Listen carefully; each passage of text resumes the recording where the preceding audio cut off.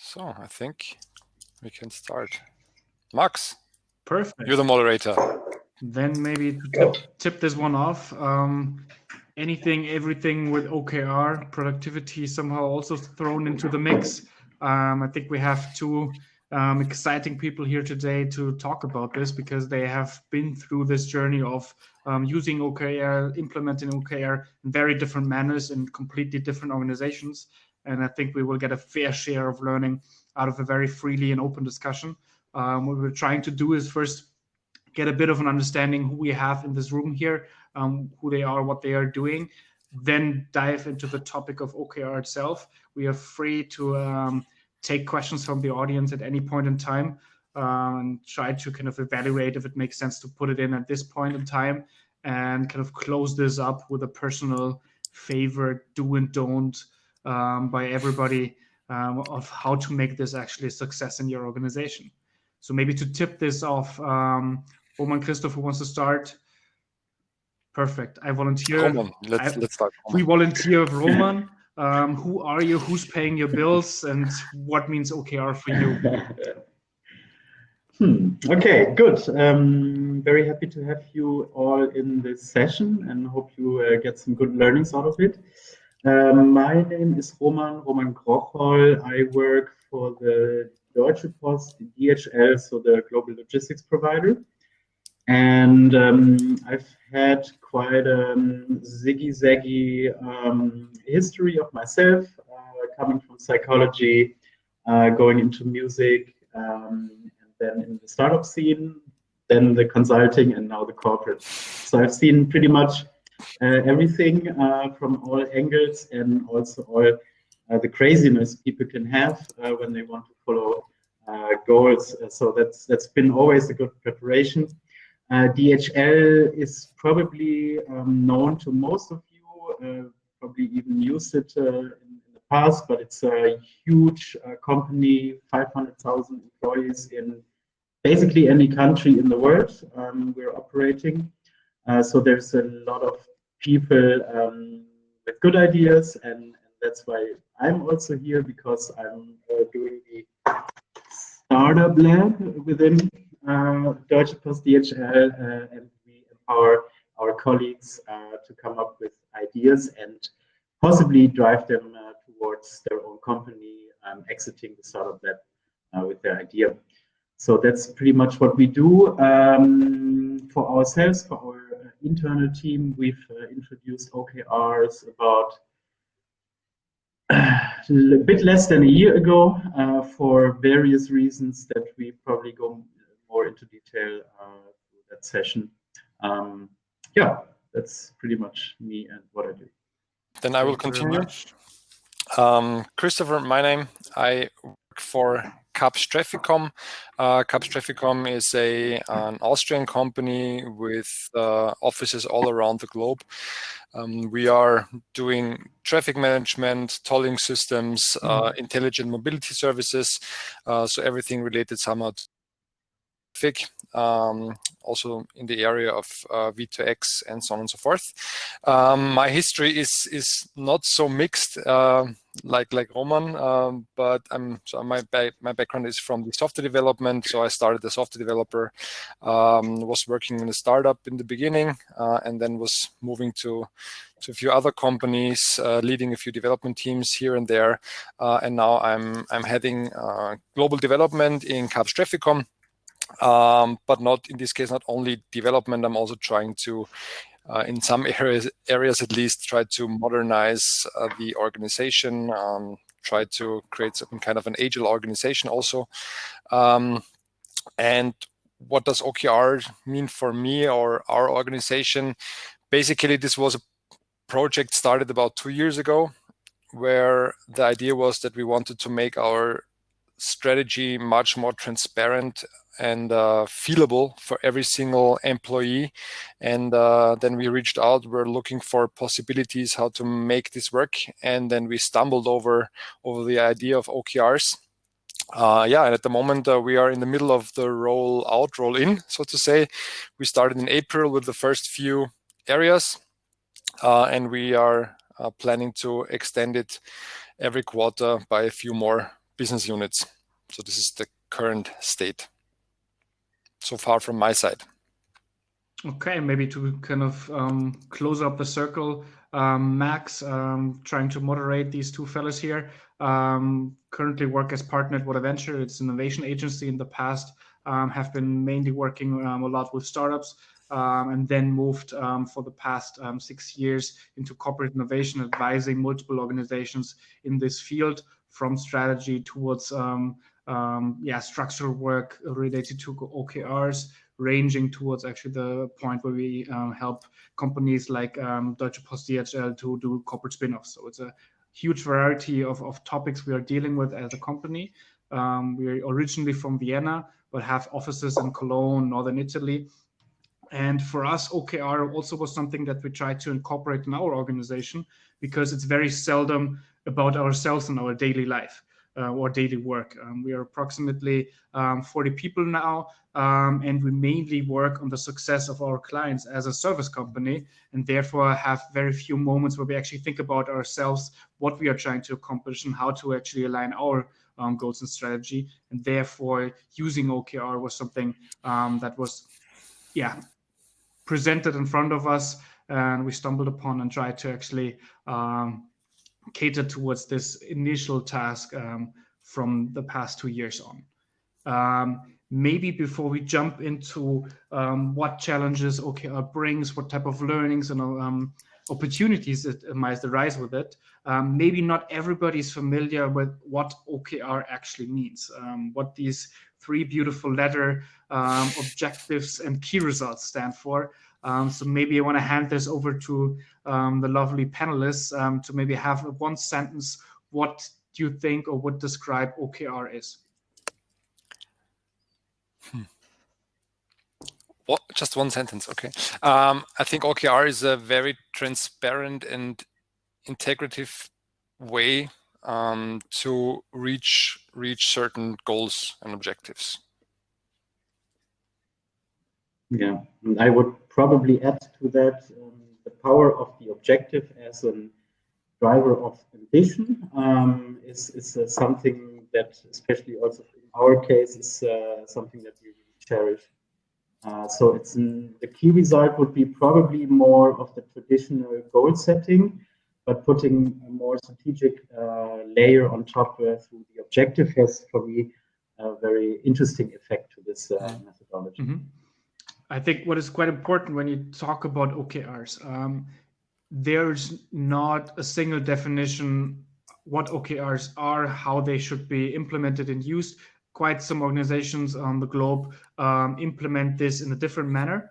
But as a core, you always try to combine a greater objective with kind of tangible key results that support this objective. And at the end, it's a goal setting and alignment methodology or concept that helps team, organizations, but also maybe individuals alike.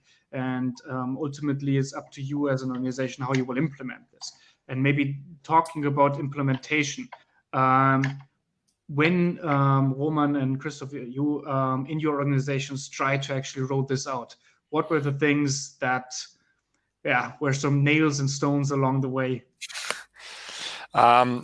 Maybe because Christian just asked the question if OKRs are the same as KPIs, and this is really something that when we tried to roll out, or when we did the rollout of OKRs, this is a question that popped up a lot in the organization, because of course a lot of people didn't know what OKRs were, and but of course a lot of people knew what KPIs are, because KPIs are quite well known, and for me, this difference here is that on the one side, OKRs are rather something more strategic, more forward-looking, something very, let's say, should be something motivating, future-oriented.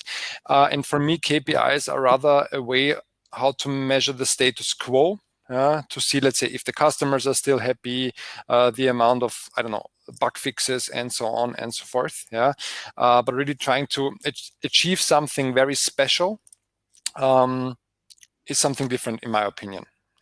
But this was one of the struggles we had in the company to explain the difference between KPIs and OKRs. But in the end, to be honest, I think it's just feelable if you really do it.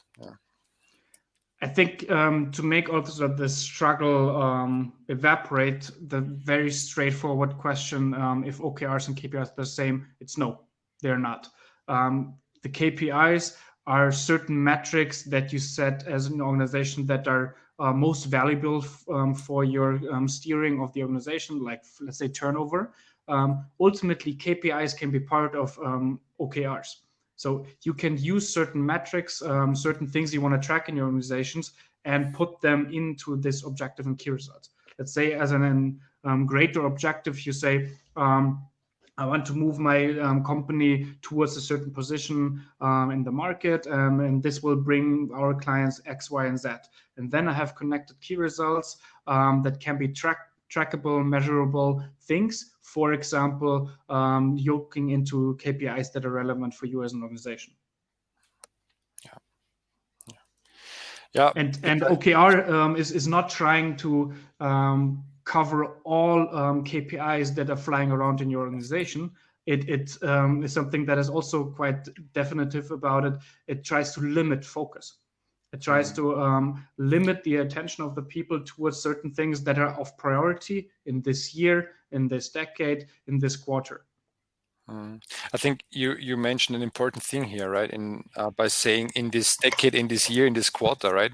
Because basically the idea of OKRs is also to have a shorter time frame, right? To really focus maybe on one quarter, and then rethink your goals, rethink your objectives, and think if they are still meaningful, if you need to adopt, if you need to do something completely different in the upcoming quarter. And I think this is one important thing here. Yeah. But you also then asked before if we had any problems on the way, if there were some challenges, so to say, and I think of course there were, because OKRs is, in my opinion, some kind of a different mindset. It's a different approach on how to do, let's say, goal setting to a certain degree. It's, in my opinion, a kind of an agile approach, as just mentioned, to really reiterate every quarter, rethink your business, and rethink if it's still necessary what the teams are doing. And one important thing is also to include the teams, so it should not be just a top-down approach, and the people are not told what they need to do, but the vision, the strategy should be transparent, and the team should be asked what their contribution to this, what their goals are in order to achieve this. So it's some kind of a bottom-up approach as well. And I think this is an important thing. And of course, this, especially in classical organizations, I think it's a big mindset change. So you really need leaders and not managers. Indeed, it allows a lot for a self-definition of your own personal role, because it's really, like you say, it cascades. One bigger strategic objective will always cascade to the last person, so to say. So you can really structure for your personal development also, how do you pitch into this higher objective that the company put forward. And I think that's a very, like you said, a mindset topic. It's really like an empowerment of each and everyone to pitch into that ambition of the company. Totally. Maybe not everybody who's listening right now has worked with OKR or knows in detail how this functions. Can you maybe share an example of an objective and connected key results that you have been using or facing and focusing on? Yeah, certainly. go for it. By heart is always. So I assume you're now checking your sheets. Of course, I have to check my sheets. Of course, but basically, just to give you an example, as I mentioned in the beginning, I'm responsible for global development, and what basically our idea is that we strengthen and improve our software development efforts at Kapsch TrafficCom, and we are heavily using, for example, Microsoft Azure. in the company. And what we've seen is that a lot of teams are using it, but a lot of teams are not using it in an efficient way. And what we, for example, set ourselves as an objective would be improve proper Azure usage within Kapsch TrafficCom, and then we defined a few key results. So in the end, saying, so for example, if I just say improve proper Azure usage in KTC, if I ask 5 different people, I will get 5 different answers, what they interpret about this objective. And in order to remove this interpretation, there are the key results. Yeah, and those key results should make quite clear when this objective is reached. Yeah. So for example, we just said that we wanted to decrease the average Azure resource costs per resource group, yeah, by a certain amount of percentage, or that we raise average percentage of CPU usage by 5%. So to use them more efficient. Yeah?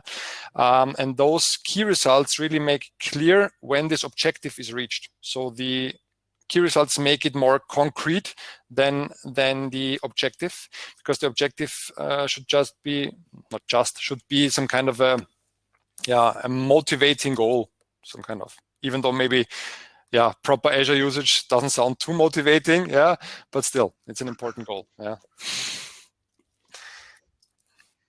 Yeah, indeed. And to pitch into that is what you say on the agility of this cycle of objectives.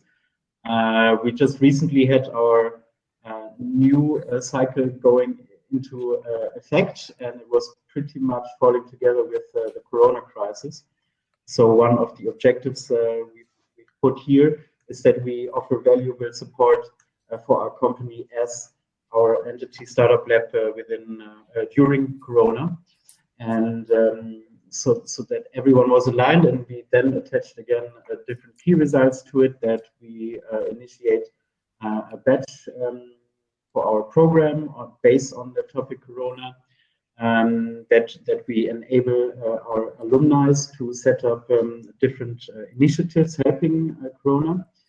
So we were very, very easily able to completely change objectives as we go, and Corona shows very much how adaptable it can be, and you have to be, and making those key results measurable, like you say, Christofer. It really helped also our teams to focus on what they can do to really help the company. Yeah. I think something you both tapped into right now is also, how do you use it, and how do you actually live something like OKR in your daily life, in your organization? And obviously, yes, at one point you set those objectives in the connected key results, but then what happens with it? How is that implemented in your organization? So basically, at Kapsch, it's not too strict. So of course we have the OKR plannings, which are usually happening shortly before the beginning of a new quarter. So where you just define together with your team what you want to achieve in the upcoming quarter. And at the end of the quarter, you have the OKR reviews and retrospectives.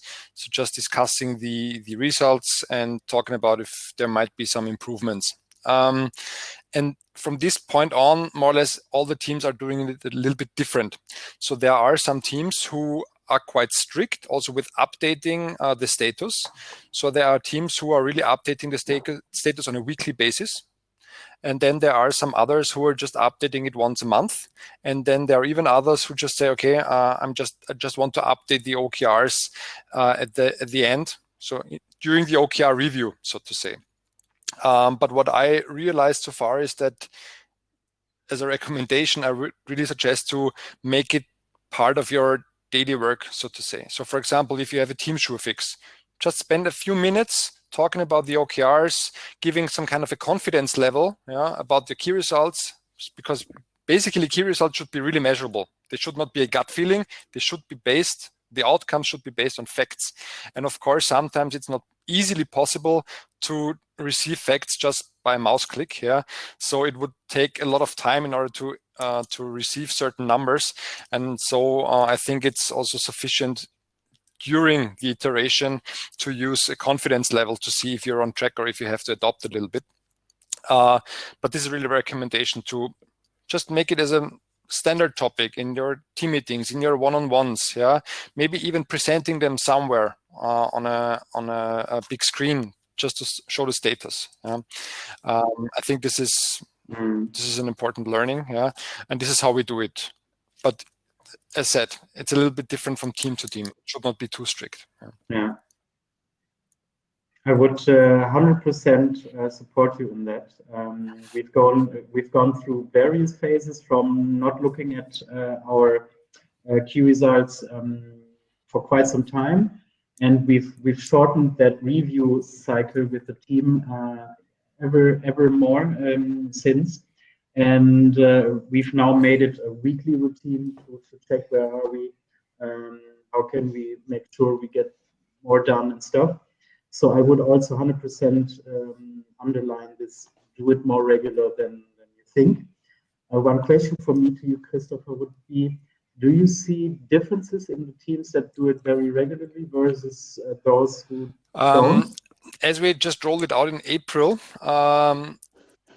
not big difference, so not, let's say, measurable differences yet, but rather from a mindset perspective. So for the one team which are updating it regularly, OKRs are just getting normal. They really talk about them. Yeah, when they come to the office in the morning, they really think about, okay, what are the OKRs? What should I focus on today? Yeah? With the other teams, you have to remind them over and over again, right? Yeah, so it's not so common for them for them. It's something they actively have to look up, and they're not used to it. But I think on the long term, we will also have some measurable outcomes there. Yeah, but the biggest difference. Okay, it's one of your personal objectives. Kind of. We do not have personal objectives. Yeah. Maybe Christofer. We do not. No. You do. Yeah. Maybe Christofer, to follow up on that, what made you decide on having this rather open and not having a strict cycle that is determined by the way you operate OKRs, and actually basically leave it up to the teams how they want to live it? Yeah, so we have some kind of a strict circle when it's about this quarterly planning, right? So the OKR planning should happen in the last 2 weeks of the previous quarter, and the reviews, for example, also in this time frame. Yeah, but besides that, it's really up to the teams, and I think it's necessary because every team is working differently. Every team is doing something different. Yeah, and I think it's not meaningful to apply exactly the same structure, exactly the same way of working to every single team, because I think the strength of a company of a certain size is that you have different teams doing things different, so that this diversity is very important. Yeah, and there are teams who are it's enough for them if they just update it once a month. Yeah, why not? Yeah, and I think everyone's grown up, everyone's mature enough to decide for their own if they want to do it more often or not.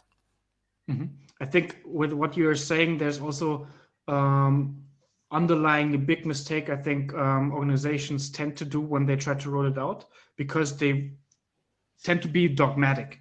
So for example, they say, this is how the OKR cycle should look like. Google does it that way. Obviously, you need to adapt it the same way to be like Google. But not every organization is like Google. And even in an organization, not every department is equally similar. The same goes down to the team level, even to the individual level. So having this flexibility, I think, is a very, very good good way of ensuring the success and the acceptance. Yeah, I think the success is a good point here. How do you find success of OKRs? So I think you always should think about, why do you want to introduce OKRs? Yeah, is it about controlling your organization and doing micromanagement? Rather not. Yeah, or is it about having a common goal, a common understanding, in order to achieve a common goal? And this is a totally different approach, in my opinion, or different way of approaching it. So always thinking about what's the real idea for your organization, with OKRs. So how would you, in 1 year, you started in April, define if this roll-in was a success or not?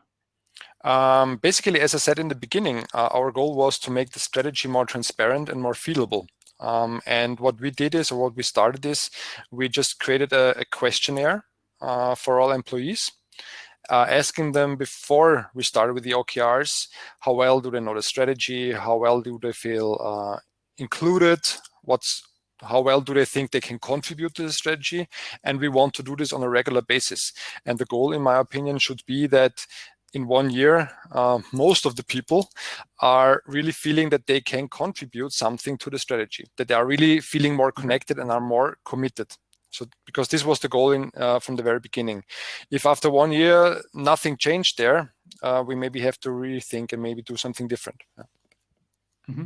So it is, even though you now have this questionnaire that brings in some data, it's more qualitative target you have behind that, not something that you want to measure and impact EBIT to a certain extent. EBIT in this case, not. Yeah.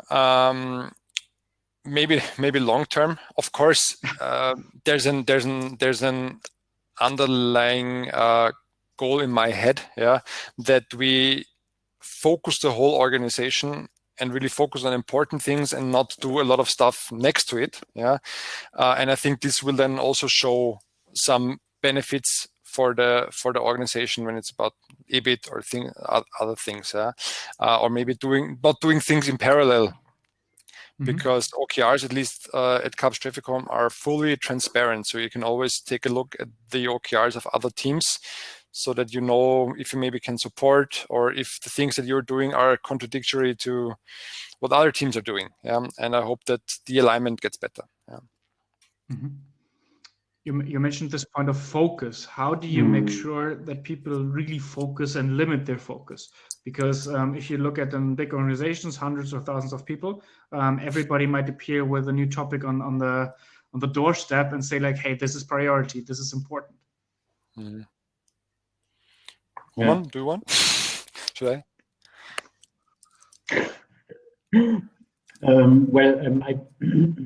I have, let's say, limited view on how to drive that in such a huge company, because we do it in our pilot here in our own team, which is easily overseeable.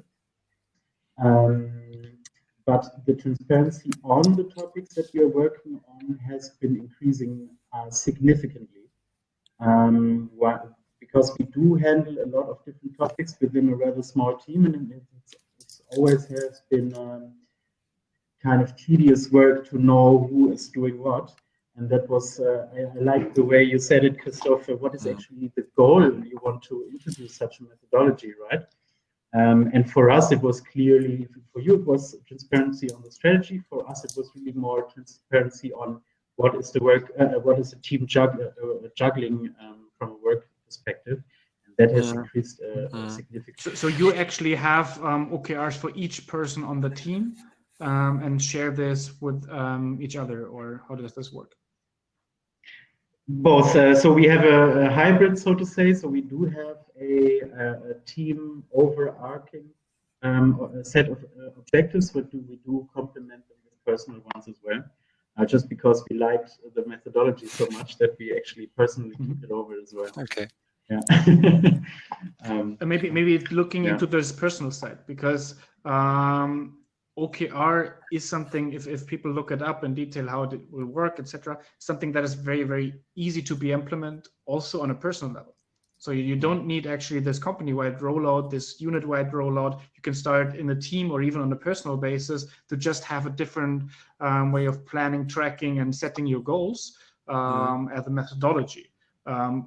Have you seen, or what type of impact have you seen on a personal level while using this now?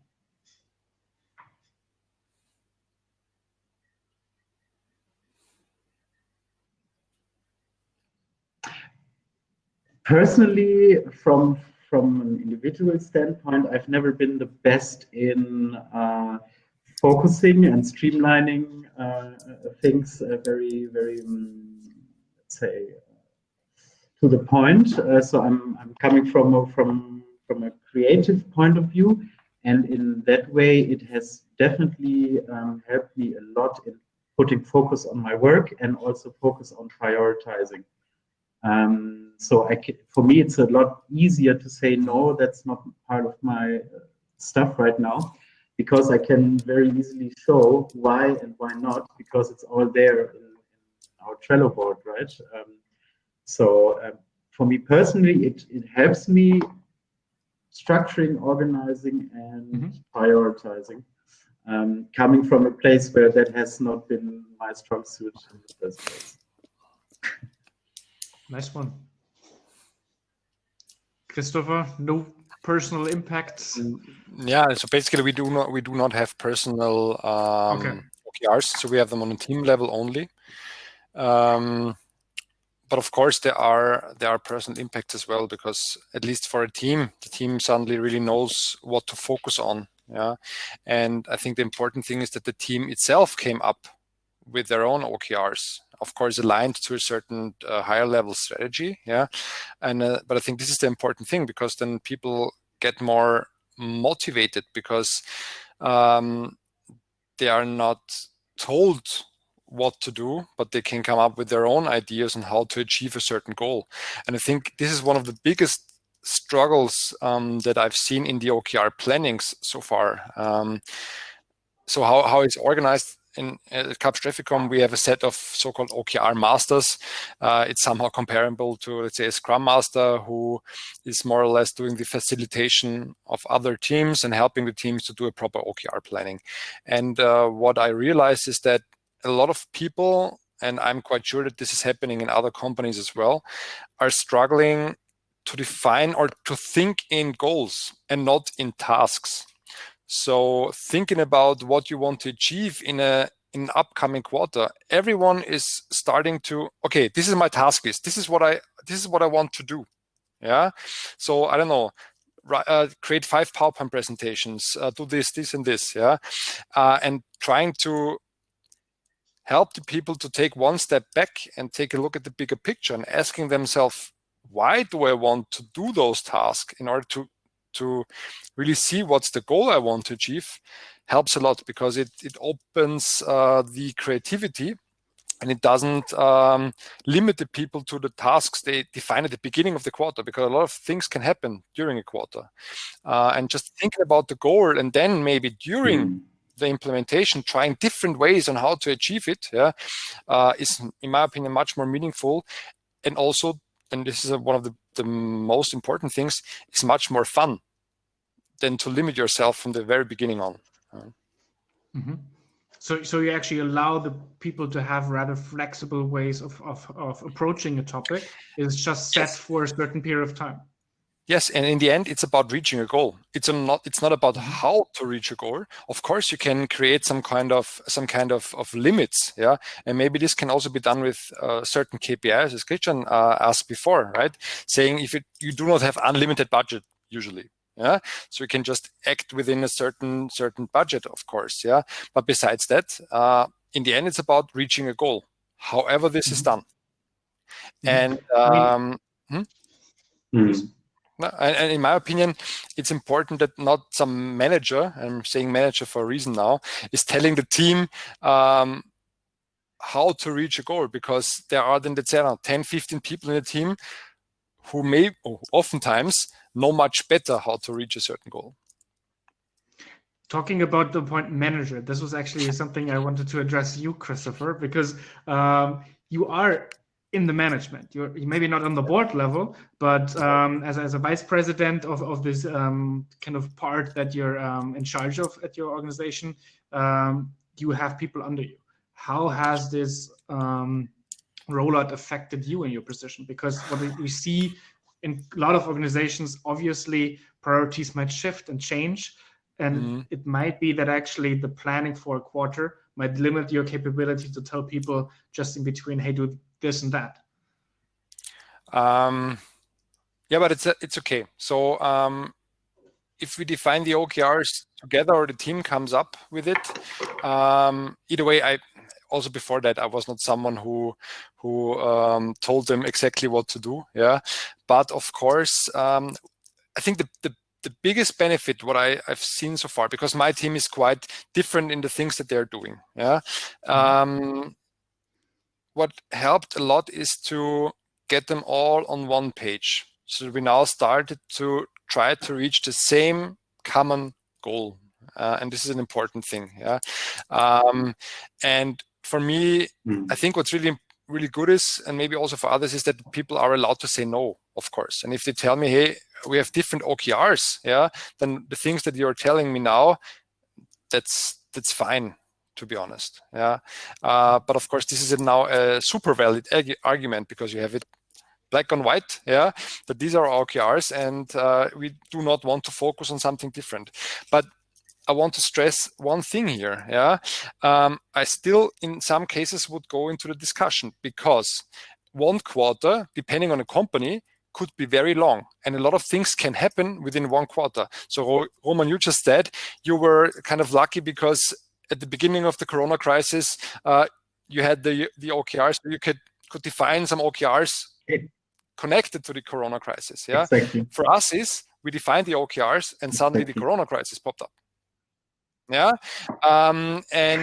so we had some OKRs which were maybe not relevant anymore. And in my opinion, in this case, it doesn't make sense to just focus on one quarter on something that is clearly not meaningful anymore from the very first day on. So I think this openness to also change during an iteration or get rid of one OKR, why not? Yeah.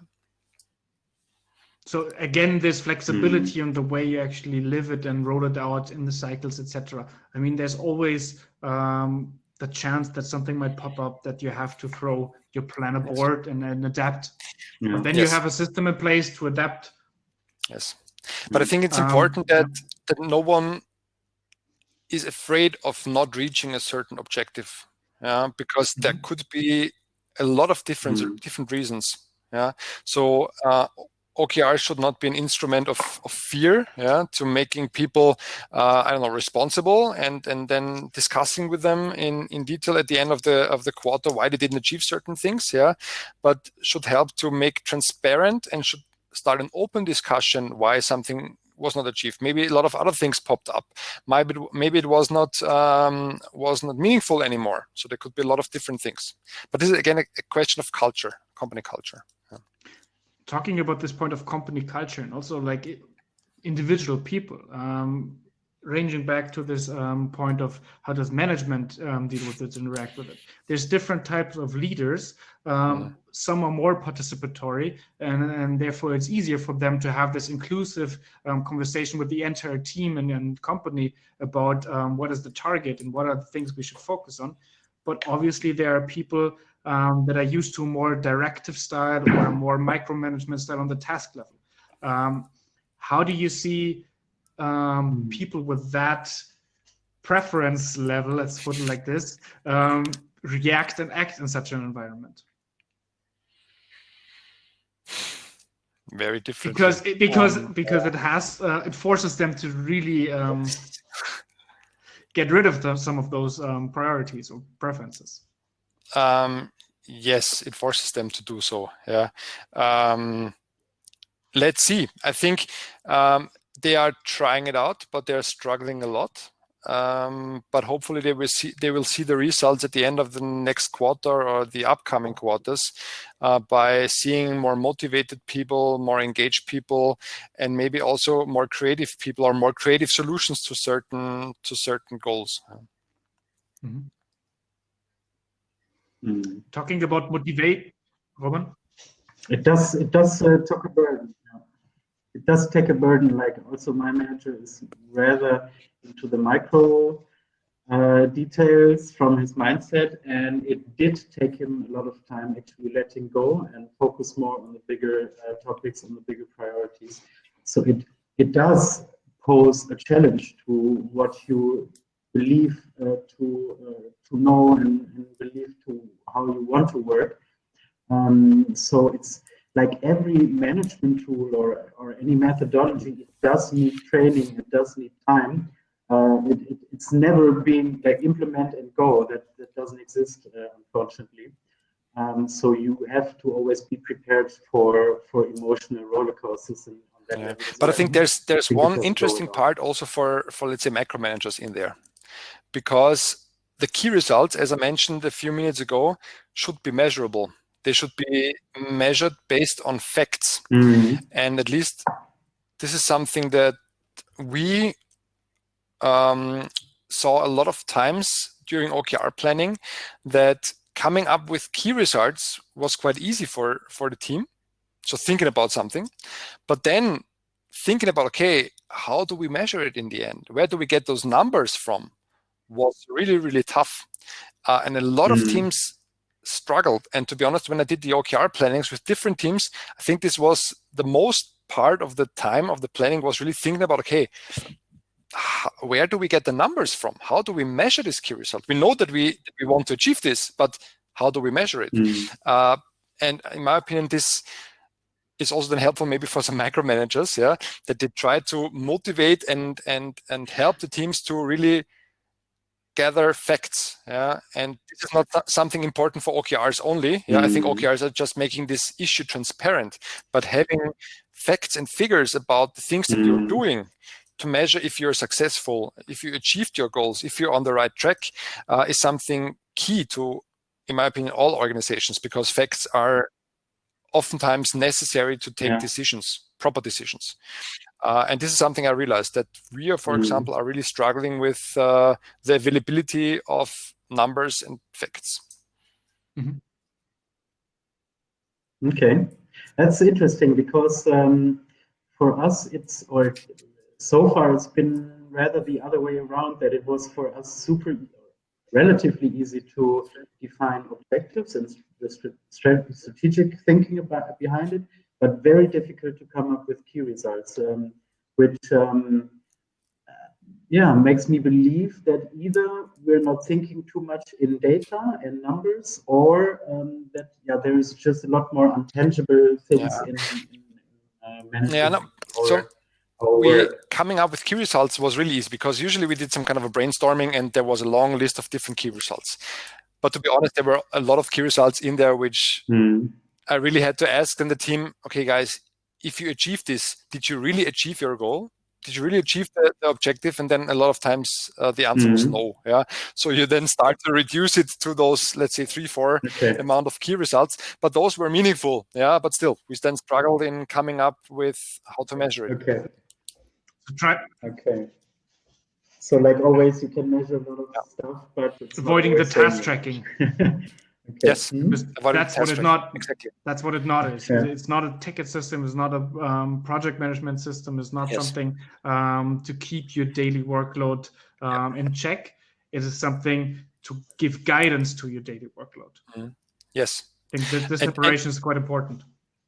And even if they really came up with key results, sometimes you really have to ask the question, okay, now if you reached all your key results that you defined, did you really achieve the objective that you wanted to achieve? Because usually with OKRs, as soon as you achieved all your key results, so if you mark all of them green, so to say, you should have achieved your objective.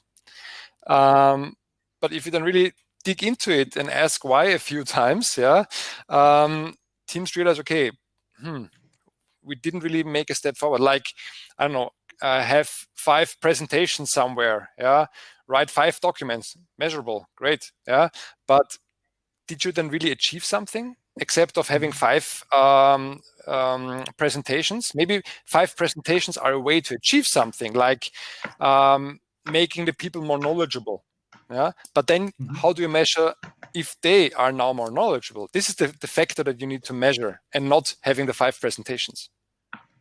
So looking about measurement, I think the title of this talk has also the word productivity in it.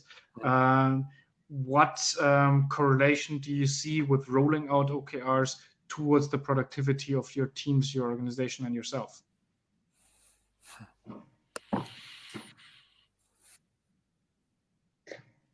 While you think about it, Christofer, maybe I can already say it, because it's. I think I've mentioned it before. Productivity was one of our main goals. In the first place, how to roll it out, because, like said earlier, it's a small team, so the transparency about the strategy is not so much of a problem for us. It was more the alignment of the little resources we have for the biggest output we can reach with that little resources. And on that topic, I think we have made a major step forward in alignment and knowing who is doing what and how and why. And there is not really a productivity measurement per se, like this one North Star metric that says our team has been productive, but looking at the sheer numbers that we're pushing through now has increased by a lot. So for that part, I can say productivity definitely increased. Never mind all the Joe fixes and the team meetings that usually have been sometimes a disaster and now are very, very structured and very business and data focused. So for that, I'm mostly happy about. For us, I cannot say yet if we get more productive or not. But what I already realized is that teams have now a better feeling what their impact is of the organization. So especially for my unit, we are also about 40 people, but we try to have an impact on the rest of the organization, right? So we try to improve software development, but not by enforcing it via the line management, but trying to motivate them and so on and so forth. And we have some OKRs defined where then the teams discussed, okay, but of course we want to achieve this, but what's our stake in this? So what can we really do except trying to talk to the people and trying to motivate them? We cannot enforce it, yeah. And I really then ask them to just try it out and see how the results are. And they are now very surprised, in my opinion, because we suddenly realized that we improved the organization. Yeah? We really measured also, it's fact, not gut feeling based, but really facts, yeah, that we now have improved in certain areas heavily. Yeah, and now that people feel okay, we do have an impact, yeah, and I think it makes them also proud to a certain degree, yeah, and the commitment, of course, is increasing. Yeah. I mean, this was also yes, Christoph. No, I think we just have 4 minutes left, yeah, just for maybe questions. Yeah. If anybody, that was also one of the points. If anybody has a question that still needs to be answered by Christofer or Roman, feel free to type in there. Otherwise, I would already kind of cater towards the end of this talk. Out of your personal opinion, what do you think are the top things somebody should do or not do when thinking about OKR, thinking about implementing this way of working? Top tools. Yeah. Just go for it. Sorry, go ahead. So I think I have the top to do and the top to not do. So the top not to do, and this has been a really interesting learning journey for me, is that now we are in the third cycle of the OKR. So we've seen a little bit, still learning about it. But in the beginning, we thought, hey, this isn't really bringing any value. What has actually been different this time around? And to not lose patience and to keep learning with and by the methodology is something I would really, really recommend. So not letting go by the first time, it doesn't really create impact, and keep on going. Because it will improve, the team will improve, the way you do it, the way you review it will improve. So not let go too quickly and push through. And my top to do, and it's nice to hear, Christofer, that you say it goes very quickly for us. It was not so much defining objectives, defining key results. I think one should plan more time and effort putting them together than one initially thinks. So my recommendation here would be block as much time as possible to make those objectives and also the key results as impactful and reasonable as possible. It does take its time to make the formulation. Yeah, from my side, the top don't is to don't try to be perfect. So if you try to be perfect during your OKR plannings and defining your OKRs, it will take forever. Yeah, and what you always have to remember is that it's just for one quarter. So if you did something wrong with the key results definition or the objective definition, there's a new quarter coming up, right? Yeah. So it doesn't have to be perfect. Of course, it has to be meaningful, but not perfect. For the top to-do is something I said in the beginning. Make OKRs part of your daily business. Talk about them in your team meetings, in your sure fixes. Make them transparently visible for everyone on a screen maybe or something like that. Doing this helps the organization to accept it as something just normal and helps them to focus. Maybe also very much in line with what you said, my not tool would be to expect that your entire organization is turned upside down from overnight. So don't expect drastic change in culture, structure through rolling out something like OKR. Be patient that this will have an effect in various capacities towards the organization, and then do make it your own. I think this is something that is quite important. Make it your own for your organization, how you implement something like this. If you Google OKRs, you find various ways how this should be implemented, should be run, should be done. Use this as blueprint of inspiration, not as something that is then something you have to take and implement it the same way Google does or any other organization.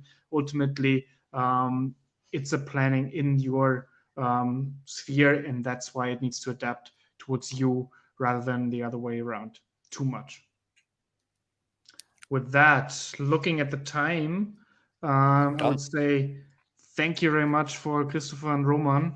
Corona remote fist bump to you. Was a pleasure chatting. Let's see that we can meet in person sometime this year again. And cheers to the rest that was listening. And I hope you got a few things out of that. If you are using OKR, cool that you do. If not, maybe review if this might be an option to actually improve the way you collaborate, set targets, and work together in your organization. Cheers. Bye. Yeah, bye. Bye-bye. Thank you.